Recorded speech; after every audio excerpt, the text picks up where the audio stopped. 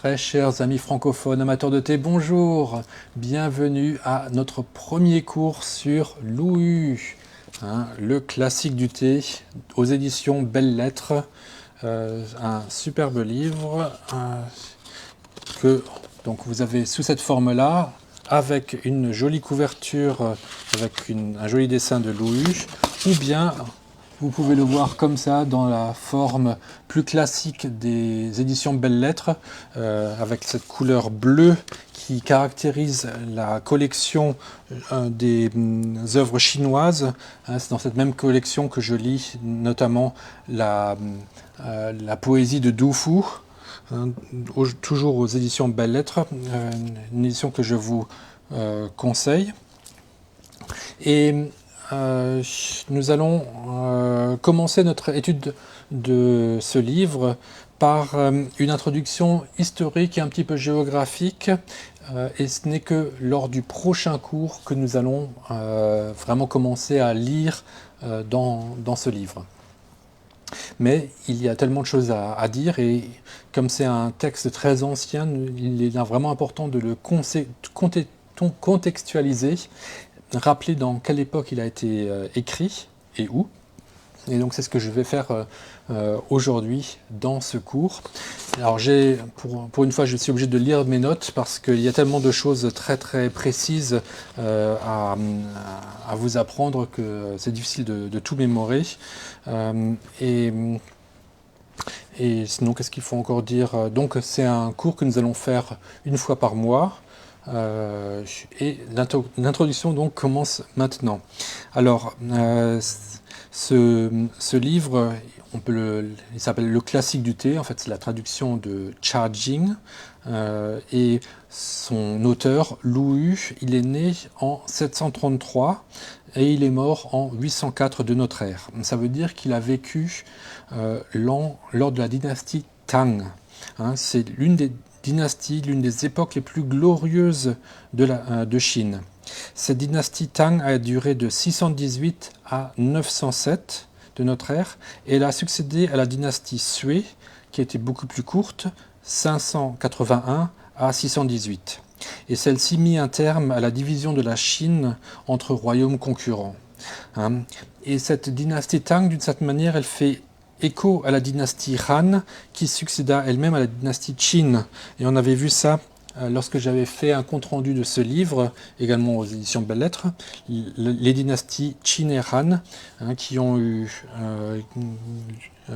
lieu de 221 avant Jésus-Christ jusqu'à 220 après Jésus-Christ, ces deux dynasties-là.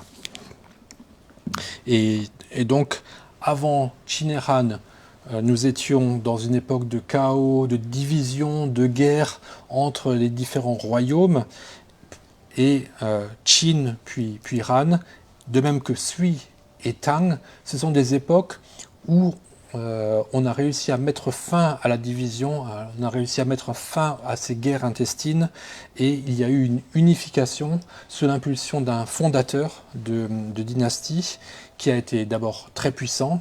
Ensuite, la dynastie, souvent, ce qui se passe, c'est qu'elle progresse encore. Il y a une apogée et ensuite un lent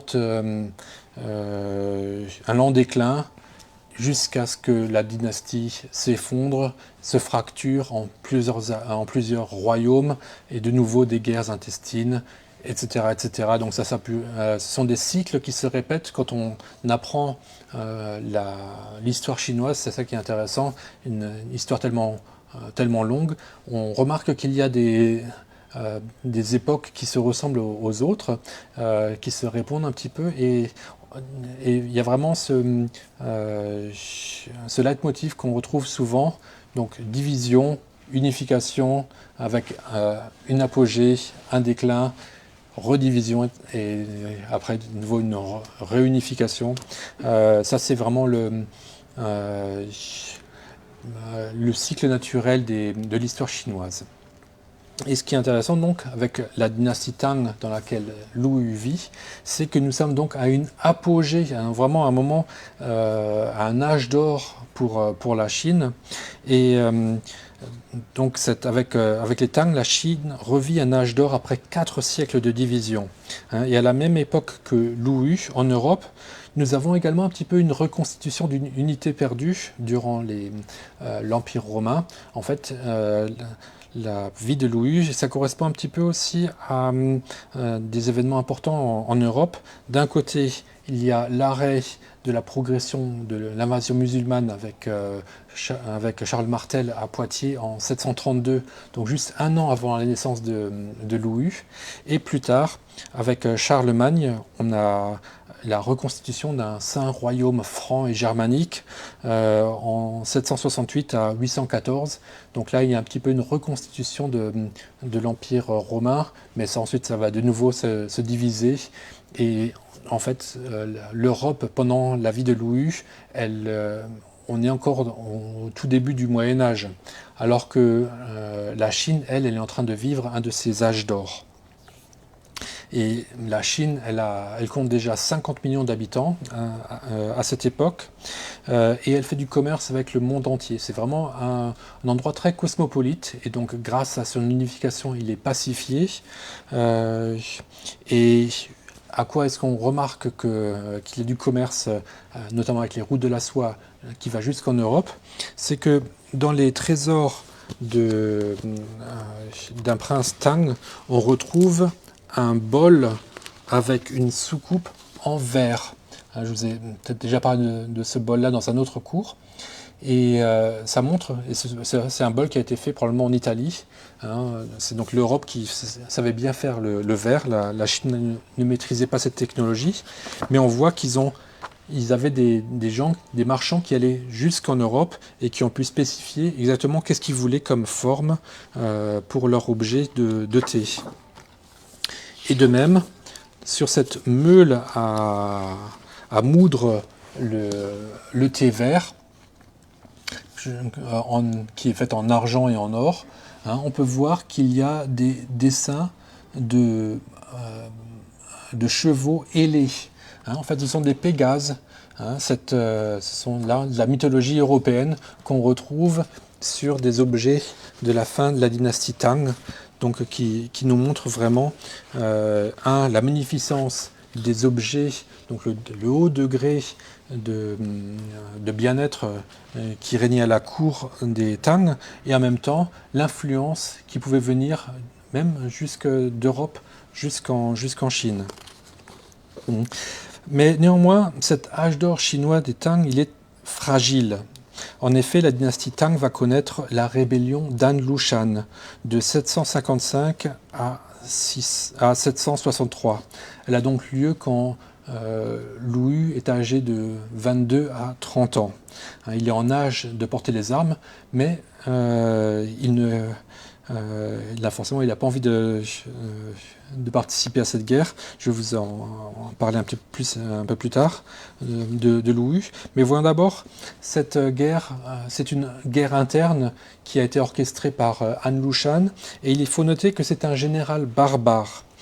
Dans ce livre, dans l'introduction, la traductrice dit qu'il est turc. Superbe traduction, le livre est très bien fait, il y a beaucoup de choses très intéressantes là-dedans, c'est pour ça que d'ailleurs je fais ce cours. Mais sur ce point précis, je ne suis pas tout à fait d'accord de le décrire comme turc. En fait, An Lushan, effectivement, il n'est pas chinois, il est barbare, donc non chinois. Il vient plutôt des steppes d'Asie centrale, donc ça ne correspond pas tout à fait à la Turquie actuelle, qui est beaucoup plus proche de l'Asie mineure et de l'Europe presque. Et en plus, ses parents à An Lushan, ils viennent à moitié de Sogdian, qui est une province d'Iran de l'Est, et il est à moitié Gökturk, donc il est lui-même déjà un petit peu métis de deux tribus un peu différentes. Mais on remarque à son histoire que l'armée chinoise avait beaucoup besoin de barbares pour tenir l'armée en Chine. Hein. Ce dont il manquait le plus en fait en Chine, c'était les chevaux hein, comme arme de guerre. Ça nous avons vu lorsque nous avons étudié l'histoire de Song Huizong. Le thé à l'époque était très important parce qu'il permettait de faire un commerce avec la route du thé et des chevaux, hein, un commerce de thé contre des chevaux au Sichuan. Et déjà la dynastie Tang aussi, les chevaux étaient importants. Et un petit peu comme la dynastie Song, ils avaient besoin de généraux barbares et de troupes barbares pour assurer la défense de la Chine. Et Han Lushan, bien qu'il fût barbare, il a réussi à être très intime avec l'empereur chinois Xuanzong. Il devint pratiquement un fils adoptif de la concubine Yang Guifei. Et dans cette rébellion, on va donc que vraiment l'empereur il aurait dû se méfier de cet étranger. D'habitude, pourquoi est-ce qu'il y a toujours des dynasties? Alors, on faisait passer le pouvoir du père en fils et tout ça, et on prenait dans le clan des gens de confiance parce que c'était dans la famille. Et là, vraiment, en faisant confiance à un barbare, il a vraiment il a failli mener son pays à la perte. En tout cas, pendant 8 années, il y a eu une guerre civile. Et on va retenir qu'il y a également un certain Yan Zhenqing qui a été un grand résistant. Il était un militaire, fonctionnaire militaire, qui s'est vraiment beaucoup opposé à Han Lushan et il a fait de la résistance en Chine contre lui.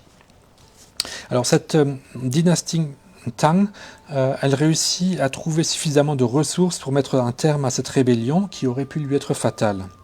C'est aussi ça, une grande époque, hein, une époque exaltante qui arrive à surfer juste entre le grandiose et la catastrophe. Une autre caractéristique de cette grande époque, c'est qu'il y a des grands hommes. Et les deux plus grands poètes chinois de tous les temps, hein, ils ont été contemporains de Lu Yu. Il s'agit notamment de Li Bai, que la plupart des gens dans le thé connaissent. C'est un des poètes où sa poésie semble très simple, mais en fait elle est très élaborée. Et un autre poète, c'est Du Fu. Du Fu tellement important que ses œuvres complètes sont éditées aux Belles Lettres. Donc également un très bon poète que je vous recommande à lire. Lui, il est un petit peu plus pessimiste, Du Fu. Et qu'est-ce qu'il y a encore de très spécial dans l'âge d'or des Tang, c'est qu'en fait, à cette époque, on a inventé l'impression avec des blocs en bois. Et c'est ça qui a permis, un petit peu comme Gutenberg en Europe, ça avait marqué la fin du Moyen-Âge, le fait de pouvoir imprimer des livres en grand nombre et donc de diffuser la connaissance en grand nombre en Europe. C'était déjà possible durant les Tang grâce à l'impression avec des blocs en bois. Et c'est aussi ça qui va permettre le succès du livre de Lu Yu, vu qu'il va pouvoir être imprimé et diffusé à une grande audience. Un autre grand homme, ça va être Yan Zhenqing, donc ce militaire qui a été résistant à Han Lushan, mais qui est également un calligraphe hors pair, à tel point que son style de calligraphie est encore enseigné de nos jours en Chine et à Taïwan. Et il faut encore faire une petite précision, notamment sur la géographie de la Chine à l'époque Tang, qui est importante pour nous qui buvons du thé. C'est que la province du Yunnan n'a été annexée à la Chine qu'en 1276 par les Mongols. Donc à l'époque des Tang, le Yunnan ne fait pas partie de la Chine. Et Taïwan non plus. Ça, c'est la deuxième précision. À l'époque, il y a déjà eu des petites expéditions de la Chine vers Taïwan, mais à l'époque des Tang, en tout cas, la Chine n'administre pas Taïwan ni de près ni de loin. Voilà, maintenant nous pouvons un petit peu passer à la vie de Lu Yu. Je prends une petite gorgée de thé vert dans ce bol qui a été fait par David Louveau et qui est assez simple et très ouvert, un peu à la façon des Tang justement.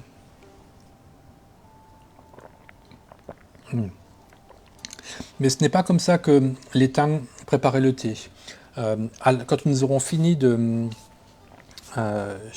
d'étudier ce livre, pour le dernier cours, je vais vous faire une démonstration de la façon de faire des Tang pour préparer le thé. Là, je m'en suis simplement un petit peu inspiré. Je ne voulais pas venir avec une théière parce que ça aurait été vraiment hors sujet. Utiliser un bol de cette forme, c'est beaucoup plus proche. Voilà, donc Lu Yu, qui est-il? Il est né orphelin ou bien enfant abandonné en 733 à Jingling, à l'ouest de Wuhan, dans la province du Hubei, au centre de la Chine. Un moine nommé Zheji, dont le nom de famille serait Lu, l'a élevé dans un monastère bouddhique. Mais selon la nouvelle histoire des Tang, arrivé à l'âge adulte, Lu Yu aurait fait une divination au moyen du livre des changements, le I Ching, et il tomba sur le caractère Jian. C'est quoi faire une divination? C'est en fait c'est faire un hexagramme, et ces traits, soit on a un trait long, soit on a un double trait. Et quand on a assemblé 6 traits longs ou doubles, on obtient un hexagramme, et dans le livre des changements, à chaque hexagramme correspond un caractère, et à chaque caractère correspond des phrases qui vous expliquent quelle est la signification de ce caractère. Donc, en faisant cette divination, il est tombé sur la phrase suivante. Les grues, l'une après l'autre, se posent sur le sol, avec leurs ailes, elles exécutent une danse. Or en chinois, les grues, ça se dit rong. En progression, c'est le jian, ça c'est son hexagramme. Le sol, c'est lu, et les ailes, c'est u. Donc il en a tiré lu, u, le sol et les ailes, comme prénom, comme nom de famille et prénom. Et Hongjian, c'est donc les grues, Hong, et Jian, l'hexagramme qu'il avait, comme un nom d'usage. C'est pour ça que son nom, on l'appelle soit Lu Yu ou bien Lu Hongjian. Alors, assez jeune, Lu Yu quitta le monastère où il grandit, car forcément la vie de novice, de moine, est très rude, très stricte, et lui, il avait quand même un petit peu le goût de la farce et de la vie, donc il s'engage dans un théâtre, dans une troupe de théâtre, un petit peu comme un saltimbanque, et c'est le gouverneur de Jingling qui trouve qu'il fait bien son boulot d'acteur, qui raconte des bonnes blagues. Il faut croire qu'il avait même écrit un livre d'histoires drôles. Malheureusement, il a été perdu. Et bien qu'il n'était pas très beau de visage et qu'il parlait avec un petit peu un défaut de prononciation, il a quand même réussi à se faire remarquer. Et donc un mécène est venu pour prendre soin de lui. Et c'est comme ça que souvent les artistes en Chine pouvaient vivre grâce à des mécènes, et également en devenant les tuteurs des enfants. Et ayant été bien instruit dans le monastère, il avait les connaissances nécessaires pour écrire, pour calligraphier. Donc il pouvait également servir de tuteur. Alors, quand la rébellion d'An Lushan éclate, Lu Yu se réfugie à Wuxing, dans le Zhejiang, et devint ami avec le moine Jiaozhan, qui était de 3 ans son aîné. De là, il se rendit à Nanjing et explora les plantations de thé proches du monastère Qixia, près du lac Tai. hein. Lu Yu vit plus ou moins comme un ermite dans une chaumière au bord de la Tiaoxi, la rivière aux fleurs de roseau, près de Wuxing. Ses nombreux voyages dans le Jiangsu et le Zhejiang lui permettent de rester éloigné des combats durant la rébellion d'An Lushan. Hein, il va commencer l'écriture du Chajing et rend souvent visite à Jiaozhan. Donc, étant formé comme un moine et pas du tout comme un soldat, il n'avait pas du tout envie de participer à cette rébellion ou bien à cette guerre civile en s'engageant ni pour l'un ni pour l'autre côté. Et donc, pour échapper à ces combats, il fait beaucoup de voyages et il va toujours essayer d'être le plus loin possible des combats. Et c'est pour ça qu'il passe vraiment souvent d'un endroit à un autre, d'une région à une autre. Et chaque fois qu'il y va, il reste plutôt dans la campagne. Et à la campagne, son plus grand plaisir, c'est d'aller visiter les plantations de thé. Et là, il apprend tellement de choses qu'il commence à rédiger déjà le livre du Chajing pendant cette rébellion. Alors, on a quelques détails sur ces pérégrinations grâce aux poèmes de ses amis lettrés. Hein, ça, c'est un peu l'avantage de cette époque, en étant amis avec des gens assez exceptionnels. Ils n'ont pas laissé des lettres, mais mieux que ça, ils ont laissé des poèmes sur Lu Yu. Alors, par exemple, on a un poème de Huang Furan en 758 qui nous dit « Pour Lu Hongjian cueillant du thé au monastère Qixia ». Donc là, il ne l'appelle pas Lu Yu, il l'appelle Lu Hongjian. On ne cueille pas le thé comme toute autre plante. Il va loin, loin, gravissant les pentes escarpées. Il étale les feuilles au doux vent du printemps et remplit sa corbeille au soleil déclinant. Familier des sentiers de monastères de montagne, parfois il passe la nuit chez les paysans. Puis-je demander à cette noble herbe sans souci, quand donc verrai-je à nouveau l'écume dans le bol ? L'écume dans le bol, donc, ça nous rappelle un petit peu la préparation du thé à cette époque. Ça donne soif aussi. Son ami Jiaozhan, donc le moine bouddhiste, a aussi écrit un poème sur le thé qui va peut-être un peu vous sembler familier. Un homme de Yue m'a offert du thé dans la vallée de Shan, dont les bourgeons dorés cuisent dans le chaudron de métal.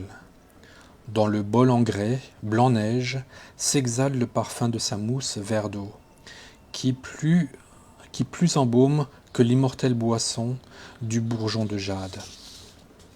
La première gorgée chasse toute torpeur, mon bien-être s'étend à tout l'univers. La deuxième gorgée purifie mon âme, telle une pluie épurant la fine poussière. À la troisième gorgée me voici éveillé, nul besoin de m'efforcer à briser les passions. Et on a aussi Huang Fuzheng qui écrit « À Lu Yu partit cueillir du thé au mont Roué. Les 1000 monts accueillent le flâneur, là où pousse à foison le thé parfumé. Il connaît les vals où le cueillir. Seul, dans la brume, il aime marcher. En cette période de retraite, loin du temple, il fait un repas frugal à la fraîcheur de la source. Tout est silence. Il allume une lampe dans la nuit. Triste, il songe au chant des pierres sonores. » Voilà, donc on a 3 poèmes qui nous donnent un petit peu des détails sur la vie que mène Lu Yu. C'est donc une vie qui est rendue encore plus romantique par la poésie. Mais il peut y avoir des moments de tristesse avec ce silence et cette solitude. Et les pierres sonores, en fait, c'est une référence aussi à un autre livre chinois qui parle de la guerre. Et c'est probablement une référence à cette rébellion d'An Lushan qui a fait beaucoup de morts en Chine à cette époque. Vers 766, Lu Yu voyage au mont Jun dans la région de Changzhou pour y goûter le thé. il le trouve si raffiné qu'il donne au gouverneur l'idée d'envoyer ce thé comme tribut à l'empereur. Et le gouverneur trouve l'idée excellente et il crée un bureau du tribut du thé et dorénavant 10 000 onces de ce thé sont envoyées chaque année à la cour. Et grâce à cela, j'imagine que qu'il se fait bien connaître, bien voir par l'empereur. Alors en 773, Lu retourne à Wuxing et se lie d'amitié avec Yan Zhenqing. Donc là, il devient ami avec l'un des grands résistants de la rébellion d'An Lushan et également le calligraphe hors pair, un des meilleurs calligraphes de l'histoire de Chine. Un pavillon des trois Gui, c'est-à-dire des trois lettrés, est construit pour célébrer le trio qu'il forme avec le moine Jiaozhan. Ces deux amis vont aussi construire une maison pour Lu Yu. Elle est située un peu en dehors de la ville de Wuxing, le long d'une petite rivière entourée de mûriers, de bambous et de théiers, et elle a une vue magnifique sur les montagnes au loin. Vraiment, Lu Yu vit pratiquement au paradis. Il a une petite rivière pour y puiser de l'eau bien fraîche, et il a également des théiers sur sa propriété, et il a une vue sur des montagnes, et donc tous les jours il peut boire son thé chez lui, et il n'est pas très loin de la ville, donc c'est assez pratique s'il a besoin de quelque chose. Donc il mène, ça c'est la vie qu'il mène. Et donc ce Chajing a été écrit, il a commencé à l'écrire en 760-761, mais il continua à faire des ajouts jusqu'à la sortie de la première édition en 780. Donc il a pratiquement mis 20 ans à compléter ce livre. Et grâce à l'impression qui existait donc à la dynastie Tang, ce livre s'est bien diffusé et son succès fut très très rapide.